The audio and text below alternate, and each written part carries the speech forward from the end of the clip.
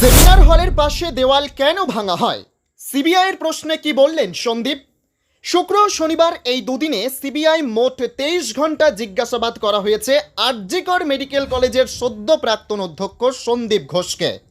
আরজিকর হাসপাতালে মহিলা চিকিৎসক ধর্ষণ খুনের পরেই যেখানে ওই চিকিৎসকের দেহ উদ্ধার হয়েছিল, সেই চেস্ট মেডিসিন ডিপার্টমেন্টের সেমিনার হলের কাছেই সংস্কার শুরু হয়েছিল। ভেঙে ফেলা হয়েছিল সেমিনার হলের পাশের দেওয়াল। আন্দোলনকারীদের বাধাদানের পরে সেই কাজ আপাতত থমকে যায়। তারপরে সিবিআই নোটিশ দেওয়ায় সেই কাজ বন্ধ করা হয়েছে বলে জানিয়েছিল হাসপাতাল কর্তৃপক্ষ। এবার সেই সেমিনার হলের পাশেই দেওয়াল ভাঙা ও সংস্কার কাজ নিয়েই সন্দীপ ঘোষকে সিবিআই জিজ্ঞাসাবাদ করছে বলে সূত্রের খবর। সেমিনার হলের কাছেই সংস্কার কাজ করার জন্য কে বা কারা নির্দেশ দিয়েছিল?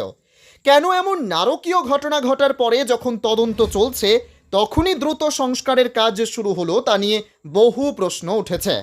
সোশ্যাল মিডিয়ায় যেমন আলোচনা হয়েছে, তেমনি বিরোধী রাজনৈতিক দলগুলোর তরফেও একাধিক প্রশ্ন তোলা হয়েছে। শুধু বিরোধী রাজনৈতিক দল নয়, এই একই বিষয় নিয়ে প্রশ্ন উঠেছে তৃণমূলের অন্দরেও। দলের রাজ্যসভার সাংসদ সুখেন্দু শেখর রায় সন্দীপ ঘোষ সহ কলকাতা পুলিশ কমিশনারকেও সিবিআই যাতে গ্রেপ্তার করে সেই দাবি তুলেছিলেন। সেমিনার হল সংলগ্ন এলাকায় কেন ভাঙা হলো সেই প্রশ্নের উত্তর মেলাও জরুরি বলে জানিয়েছেন তিনি। সেমিনার হল সংলগ্ন এলাকায় সংস্কারের কাজ নিয়ে প্রশ্ন উঠেছে কলকাতা হাইকোর্টেও। আরজিকর সংক্রান্ত মামলায় সওয়াল জবাবের সময় খোদ কলকাতা হাইকোর্টের প্রধান বিচারপতি এই প্রশ্ন তোলেন।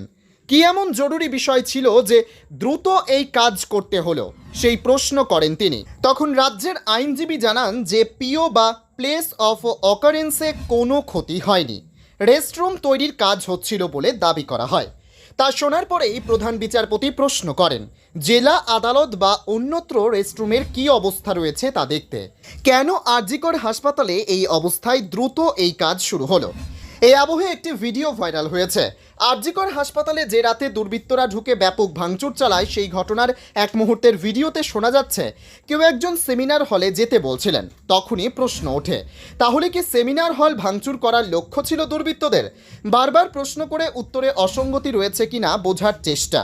এমনই নানান প্রশ্ন যখন উঠে আসছে, তখন সেমিনার হল সংলগ্ন এলাকায় কেন এত দ্রুত সংস্কার কাজ শুরু হলো এবং কেন এই সময়ে এমন নির্দেশ দেওয়া হলো, সেই প্রশ্নের উত্তরের খোঁজে সিবিআই।